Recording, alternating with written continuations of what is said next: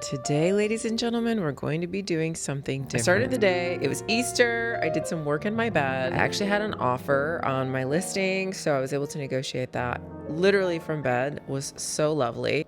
Decided to take myself for my favorite matcha and then do a workout at the gym.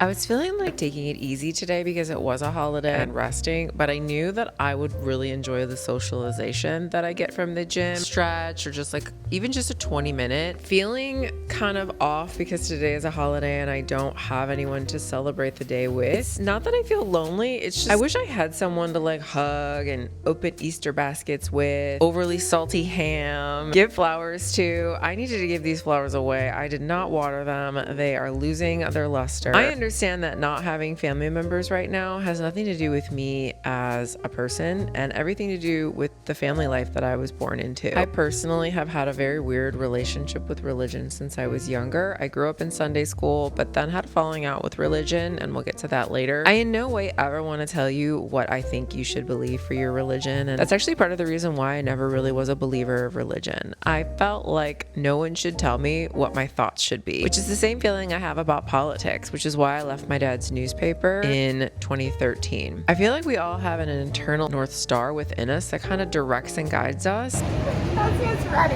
It's a big. I gotta do this side of just my bed.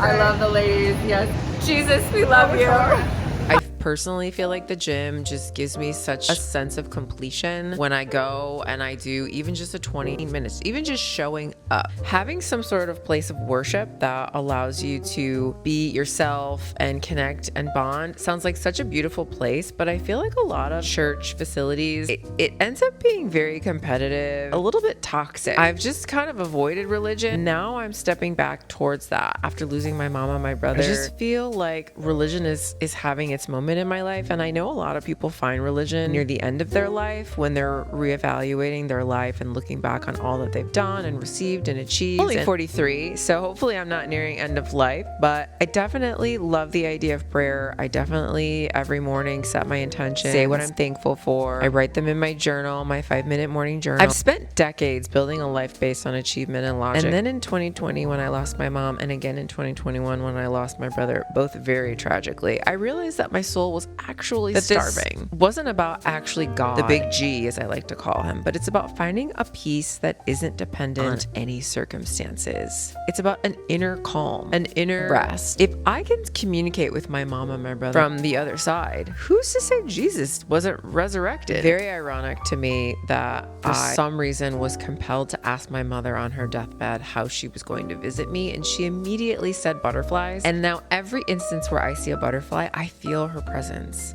What made me feel the urge to ask her that question? What gave me the calling to make that something that I would say to her in her last literal day on life with consciousness? I can't even put that into words. I'm literally stuttering. But what I can express is that I find it fascinating that my birthday this year, 2 women that I have known for less than a few weeks, both gave me or mentioned butterflies to me on my birthday. That is not a coincidence, ladies and gentlemen. You couldn't have predicted that. Any animal in the entire world and you're going to pick a butterfly. The circumstances of my reality are too specific synchronicities for me to believe that there isn't a higher power. And sure, maybe it isn't the big G. I don't want to push any religion onto you. This is why this conversation makes me so uncomfortable, because I don't want you to think that I'm telling you what to think or feel. I'm just sharing with you how I used to have a very uncomfortable relationship, and I can barely say the G word now to this day. I know through life experience and receipts of what I've lived through that there is another side, that there is a beauty after this passing away. And I genuinely believe that this life that you're living in this vessel right now, I want you to touch your arm. I want you to just feel the vessel that you live within, your consciousness lives within, is for a purpose. It's for a reason. And I want you to not waste another single moment, second of this life. And I want you to listen to the inner callings that you feel in your mind, in your gut, in your consciousness. You are constantly being guided, but are you listening? With my channel, I really want you to start paying attention to the inner feelings that you have inside of you, your conscious calls. When you get a gut to go left instead of right, stop talking to a certain friend or say hello to a certain person, or be reflective on an opportunity that didn't go the way you want it, and maybe how that could change the direction of your life for the better. Cutting off a toxic and dark friendship can actually give you more space and freedom to be yourself and focus on yourself and change your life for the better. Isn't that what we're here for? I wanted to take you on a little Easter with me. Oh, I feel like the camera is gonna drop any second. Okay, let's see if that holds. Oh, nope, definitely not. I guess I'm just stuck holding everything, but that's okay. I don't mind. I mean, I could volleyball back and forth at least and show you this view. I'm gonna capitalize on having the new iPhone and the dual capture. A lot of you know me for the fashion hauls and, you know, try-ons and stuff like that. And that's a huge part of my personality, like style and putting things together and finding cute fits. Obsessed with that. But there's something heavy on my heart that I'm not quite clear on how to articulate or express. I was raised with the theory of my dad being an atheist. And I remember, I think I was like 10 or 11 years old, and I sat down and I asked him, ironically, is the Easter Bunny and Santa Claus real? And my dad said that I'll never forget where I was sitting, my positioning of my body, the way he was speaking to me, what room we were in, what time of day it is. It's so crystal clear to me. But he looks over at me and he goes, honey, the Easter Bunny isn't real. Santa Claus isn't real, just like God isn't real.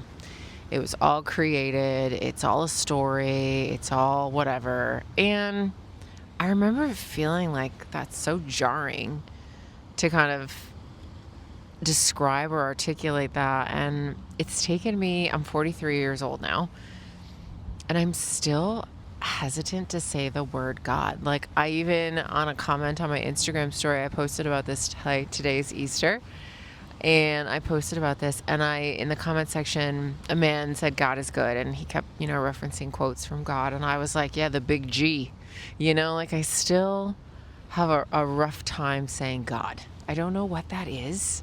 I think being raised by an atheist and calling myself agnostic, I went to a religious college, so I had multiple classes on the Bible, so I've read the Bible, and I just remember being so confused. The number one thing that I was confused about from school was I had a teacher for Bible class, and I said to him, if Hitler went on his deathbed after murdering thousands and thousands of people and apologized, does he get to go to heaven? And my teacher gleefully said, yes. And that didn't sit right with me. It was so perplexing to me how someone could terrorize and take, like, I have a hard time killing a bug. So the thought of like taking someone's life, ending their soul journey, felt like it should have some sort of consequence at the end. I understand where he was coming from. I understand the theory. I understand that we are all God. That irked me. So that kind of pushed me further away from the whole God theory. But when my brother drowned in waters very similar to this, after my mom went into a coma and started communicating with me from the other side, and my brother passed, he drowned here in this lake, I felt such a deeper understanding of the afterlife, that I understood that the story of Jesus is highly likely. Because we definitely are divine. We definitely have the capabilities, definitely have the capacity to read energies, read each other's thoughts, read each other's intentions, make decisions based on, you know, the experiences of what people do and say to us. I mean, I remember moments of my childhood where someone said something to me and it literally felt like someone kicked me in the stomach, and it changed my subconscious programming. In that moment, I felt the aha realization of the power of those words. Words are spells. So I just wanted to pop on and say that for me, God is not a male figure. God is not a man with long hair that I wish to pray to, but Mother Earth is my realm. When a butterfly lands near me, or when this cute little baby duck swims past me, or when I feel the spray of water from the lake here, that to me is God. And we are all connected. And since today's Easter, in the gym, I was like saying, Happy Jesus Day. I don't even remember the story. I think today was like the day he was like resurrected or something.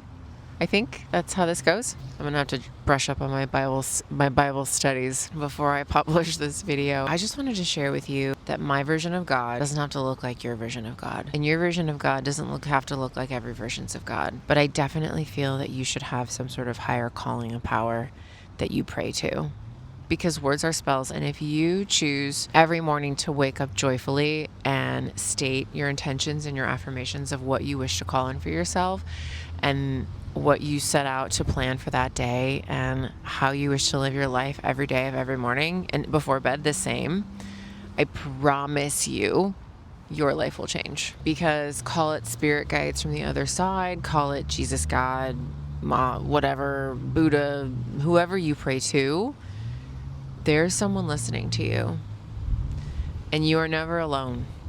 You may feel lonely, but you are never alone. I'm here on Easter by myself, just hanging out, filming, talking to you guys. I don't feel alone. I don't feel lonely. I feel so loved because of the animals that I pass, the dogs that I'm seeing playing, the families loving each other and like hanging out and laughing. That to me is my religion. I just wanted you to have some sort of pep talk, because since the world is so dang crazy right now, I wanted you to have some sort of person cheering for you, because there are times in my life where I haven't felt like anybody was cheering for me.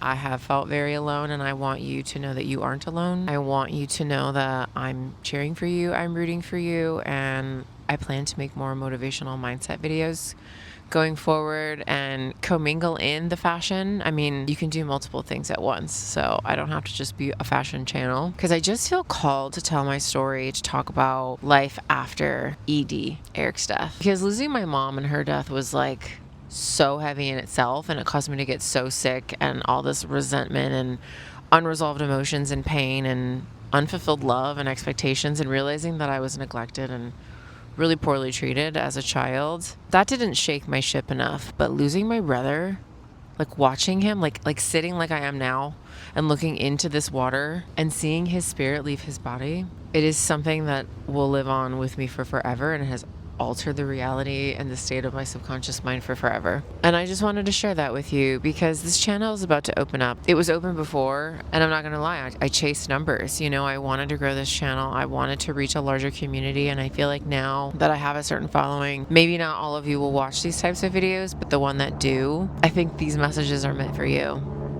Maybe coincidentally you followed me for one thing, and now you're getting to see a different layer, a different side to me. And this might be the little nudge push to get you to, we don't even have to call it praying. We can just say speaking it into existence. You can call things so many different ways. I think the reason why people, like specifically myself, are begrudging against the label of religion and the label of, you know, God and all that is because I never want someone to tell me what to do, and I never wish to tell anyone else what to do. And I think the church constructs are just so sterile and forced. They're not a cult, but they sure do feel like a cult.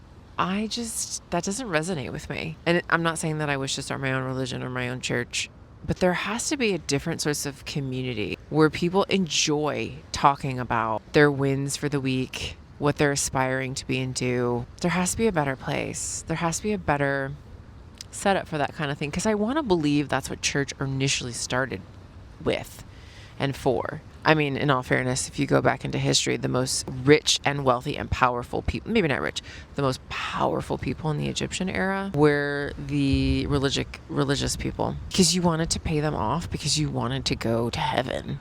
So they would like literally give religious figures money to go to heaven, like to ensure that they were going to heaven. So like the church has always been messed up. I don't know what it looks like for you, but I wanted to wish you a happy Easter, and I'm proud of you. And if you spent the day alone like me, you're not alone. No, we are all intertwined and connected in like the most beautiful way. And it's when you realize that and remember that, because remember, we're all in my theory, this is my God theory. There was like a creepy man that decided to sit 2 feet away from me and listen in. To me, we choose our lives. To me, we choose what we want to heal from, what we want to work through spiritually, mentally, physically. Like, I think we literally choose our path before we incarnate, and we choose our parents, and we choose the lessons and the troubles that we have. And that's why for me, when I see the spilled milk, experience that moment of like something doesn't go the way that I want and I'm frustrated, I laugh at it, because spiritually I feel like that is God course correcting. That is God taking back the reins, being like, okay, you were off track, let's get you back on track. And so now I see that as like a beautiful moment. It's so into you guys. Maybe I'll finish this at home. Okay, bye. I just wanted to have a quick little moment with you this Easter and let you know today and forever, you are here for a reason. You have a purpose. You know, my brother lost his life without fulfilling all the desires that he wanted to do. He wanted to go on an amazing race. He wanted to travel the world. He missed out on his opportunity. And I just feel like he lost his life so that I can spend my life reminding you to appreciate yours. Also, can we talk about how horrible this H&M window of fashion is? Like, I am forever a fashion girly. I cannot avoid how terrible this is. It was so windy. Wow. So I'm back home. I think I got a new book from Amazon. So I'm going to do a little read and relax while I make my pizza. It's every day I have my pizza. Although they changed the recipe, I don't know if I'm going to be buying it anymore. It tastes a little different. Well, it tastes very different. It tastes a little weird. And I'm gonna do sauna maybe. What an amazing Easter.